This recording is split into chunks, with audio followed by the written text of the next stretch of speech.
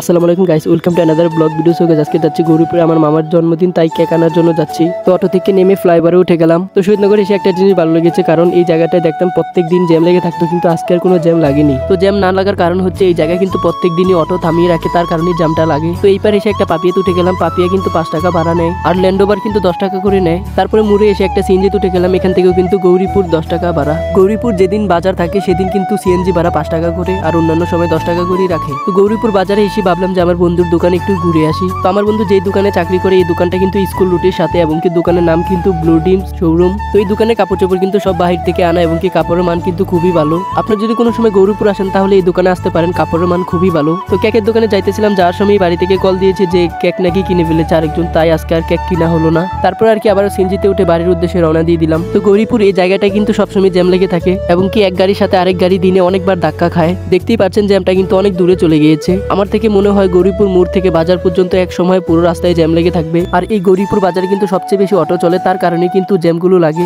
তো গৌরীপুর এই মোড়ের কারণে কিন্তু প্রায় সময় দেখা যায় যে মেন রাস্তায় জ্যাম লেগে যায়। তো গৌরীপুর এই জায়গাটাই সবার ভালো লাগলো। পাপিয়া স্ট্যান্ডের সাথে এই জায়গাটা কিন্তু প্রায় সময় দেখা যায় যে গাড়ি থামিয়ে রেখে, তার কারণে জ্যাম লেগে যায়, কিন্তু আজকে আর কোনো জ্যাম লাগেনি। তারপরে আবার কিন্তু এইবার এসে একটা পাপিয়া তুলে গেলাম, বাড়ির উদ্দেশ্যে রওনা দিয়ে দিলাম। তো আজকের ভিডিও এখানে সমাপ্ত করছে। আমার এই পেজটা কিন্তু নতুন খোলা হয়েছে, সবাই ফলো দিয়ে যাবেন, এমনকি আমার ইউটিউব চ্যানেলের লিঙ্ক কিন্তু দেওয়া আছে, সবাই সাবস্ক্রাইব করে যাবেন। আসসালামু আলাইকুম।